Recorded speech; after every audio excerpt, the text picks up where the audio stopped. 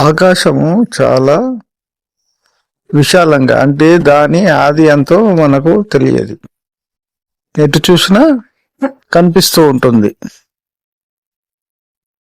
అలాగే సాధకులు తమ మనస్సును ఆకాశంలాగా విస్తరించాలి. అప్పుడే నిజమైన సాధన జరుగుతుంది.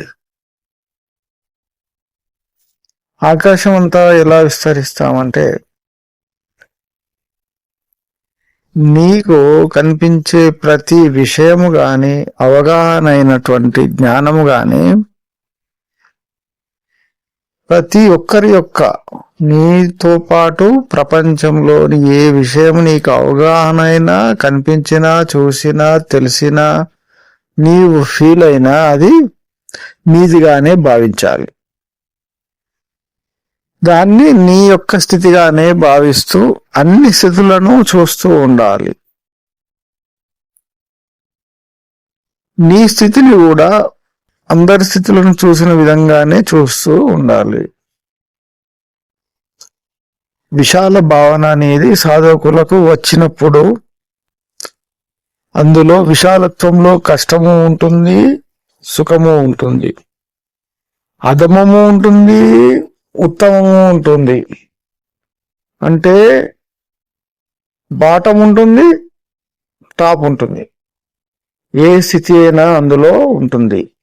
దాన్ని నీవు చూస్తావు, చూసి చూసి దాన్ని నీవు సహజ సిద్ధంగా జీవితంలో అనుభవిస్తూ ఉంటావు. ఆ స్థితిలోకి వచ్చినప్పుడు నీకు చలనం అనేది తక్కువ అవుతుంది లేదా శూన్యం అవుతుంది. ఎందుకంటే అన్ని స్థితులను చూసినటువంటి యోగి, భావించిన యోగి, అనుభవించిన యోగికి అలజడి లేదు. కాబట్టి అన్ని భావనలు, అన్ని స్థితులు, అన్ని విషయాలు తనవిగా భావించి విశాలంగా ఉన్న యోగి, స్థిరుడైన యోగి చేసే సాధన హిమాలయాలంత గొప్పది అంటారు. ఎందుకంటారంటే హిమాలయాలలోన ఆ యొక్క దాని అట్టడుగు భాగాల్లో ఎన్నో వేల సంవత్సరాల నుంచి తపస్సులు చేస్తున్న యోగులు ఇప్పటికీ ఉన్నారు. వాళ్ళ యొక్క అనంత శక్తి ఆ హిమాలయాలు కూడా గ్రహించి వాటి స్వరూపంగా ఎన్నడో మారిపోయాయి. అవి మామూలు పర్వతాలు కాదు. అవి అన్ని రకాల జ్ఞానాలు కలిగి స్థిరత్వం పొంది ఉన్నటువంటి పర్వతాలు. అటువంటి స్థిరత్వము, ఉన్నతమైన శిఖరాలు అధిరోహించిన యోగి నిశ్చలత కలిగి చేసే సాధన చాలా గొప్పదన్నమాట. ప్రతి సాధకుడు తన మనస్సును తనకే పరిమితము కాకుండా విశాలత్వంలో భాషిస్తూ నిలకడ చెందినప్పుడు చేసే సాధన వేరుగా ఉంటుందన్నమాట. తనకు వచ్చిన ఏ పరిస్థితినైనా, సుఖాన్నైనా, దుఃఖాన్నైనా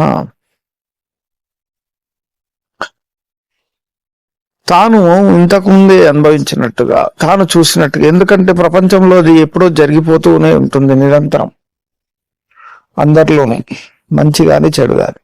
ఎవరికి ఒకరికి మంచి జరుగుతూనే ఉంటుంది, ఎవరికి ఒకరికి చెడు జరుగుతూనే ఉంటుంది. ఆ స్థితులన్నీ తనవిగానే భావించినటువంటి అనంత స్వరూపము, అనంత శక్తి కలిగినటువంటి ఆ యోగి, ఆ విధంగా భాషిస్తున్న యోగి మాత్రము నిశ్చలతతో ఉంటాడు. అందుకే హిమాలయాల్లో కొన్ని వేల సంవత్సరాల నుంచి కూడా చేస్తున్న సాధన వాళ్ళకు సరిపోవడం లేదు. వాళ్ళు ఇంకా అలాగే ధ్యానంలో యోగులు ఇంకా చేస్తూనే ఉన్నారు. ఎందుకంటే వాళ్ళ విశాలత్వం, ఆకాశంలాగా విశాలత్వం కలిగిన యోగులు మాత్రమే అలా ఉండగలుగుతారు. మరి మనము మన యొక్క స్వరూపాన్ని విశాలత్వంగా చేసుకుంటే మనకు కూడా అంత గొప్పైనటువంటి సాధన చేయగలిగే స్థితి వచ్చినప్పుడు మన జీవితం అనేది ధన్యమవుతుంది. మనము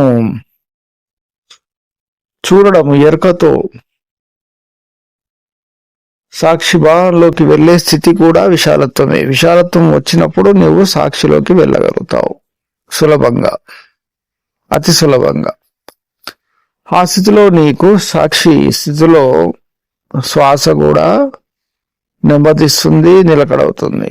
ఆ స్థితిలో నీవు చేసే సాధన గాని ఏది అయినా, మంత్రమైనా, ధ్యానమైనా, భక్తి అయినా, అది అనంత శక్తితో కూడుకొని ఉన్నటువంటిది.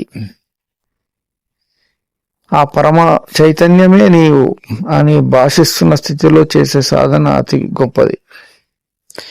నీ మనసుతో, నీ బుద్ధితో, నీ స్వస్వరూపంతో చేయకుండా అనంతత్వంతో చేసే సాధన చాలా విలువైనది. కాబట్టి మీరు మీ భావనలను మార్చుకొని, మీ స్థితులను మార్చుకొని, మీ స్వరూపాలను మార్చుకొని చాలా గొప్పగా అనంతత్వంగా